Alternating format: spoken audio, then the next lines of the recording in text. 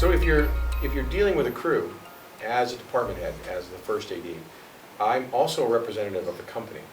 So for example, if something happened between two people over there in the corner of the set, I didn't see it. One of them comes to me and tells me about it. I can't let it go. The moment I know about it, the company knows about it. The company is liable. If I don't report it, then it starts to come back onto me. Not to mention the fact that it's my job to take care of these people. If you came to work on my set, I look at it like I am now sort of the dad of the set, in a way, the lifeguard, the Boy Scout leader, whatever you want to come up with an analogy. And my job is to make sure everybody shows up with the same number of fingers and toes that they go home with. But that also includes your ability to be here. So for example, and I mentioned harassment, let's say you're working with kids, which I'm on the show, and there's a couple of rowdier members of the crew on any department, it doesn't matter, and they're talking about something that's inappropriate for children.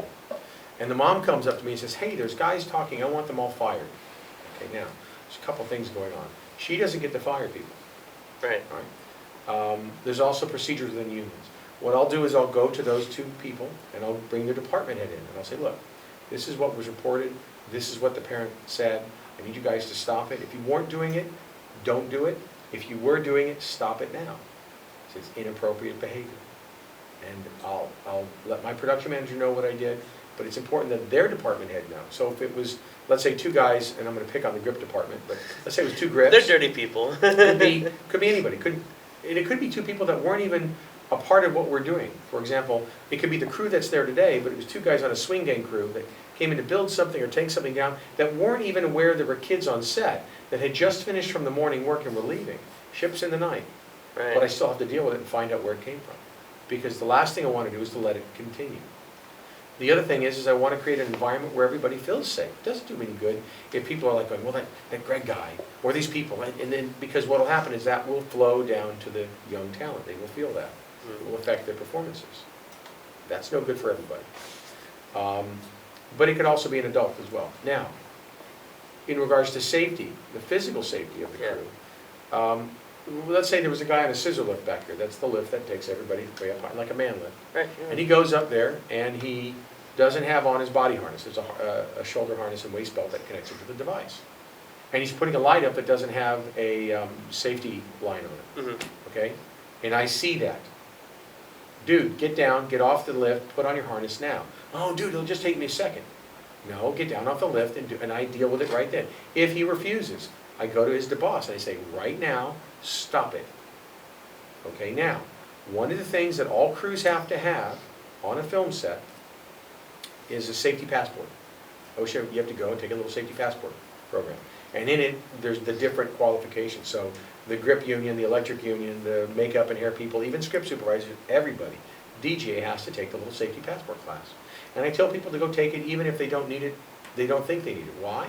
It's 20 people you're going to meet you didn't know that all work in the business. So you'll get phone numbers, you'll make friends. You never know, you might find work for them. But you'll also learn something that you didn't know. I guarantee you there's something in that room. From using a power drill to working with water and electricity, there's stuff to be learned. How do you take a generator and have wet work over here and not wet work over here, and how do you break out the lines so that you can have a GFI protecting this area but separate from this one? Because what if the lights that are dealing with the water go down? Do you also want to flip off all your computers and your cameras? No. You want them on a separate GFI. You want to be able to isolate each one. There's methods to do that. And just because you're a great electrician doesn't mean you've done that. Or that you've dove, it's like if you're going to go diving, you want to get a PADI certificate. Which, by the way, if we're diving and there's people on that crew, guess what I have to see? Your PADI certificate. Not the one that you got when you were on vacation in Cabo San Lucas, but I want to know that you can really dive. Right. And I've even taken crews on jobs where we had to dive. We said, let's go. We're going to go and do a test dive. Just right there off the beach with a scuba instructor. I want to see if you guys are good. I have no intention of filling out paperwork at the end of the day because somebody decided to exaggerate their qualifications. Right. Now, we get to places where we move very, very fast. And at the end of the day, when the sun is setting, when the actor's about to have to go away, whatever the reason. Right. And under that pressure, people start to take shortcuts. And you'll hear people go, safety first, I need more time. I said, just tell me. I'm going to push you because we have to. But I will not push you beyond what is safe. That doesn't do anybody any good. Right. But I will push you. That's my job. My job is to get everything shot. Now, I've shot around helicopters and submarines and boats and planes and on sides of mountains and snow. I've done all these crazy things. And there's a way to be fast and efficient. And there's a balance of working with your crew, but you've got to really know that you built up some communication with these guys. Because, trust me, the guys will look back and go, look, we're going too fast. I go, okay, then throttle back. Do what you need to do. Right. Give me the best you can. That's all I can ask. Right.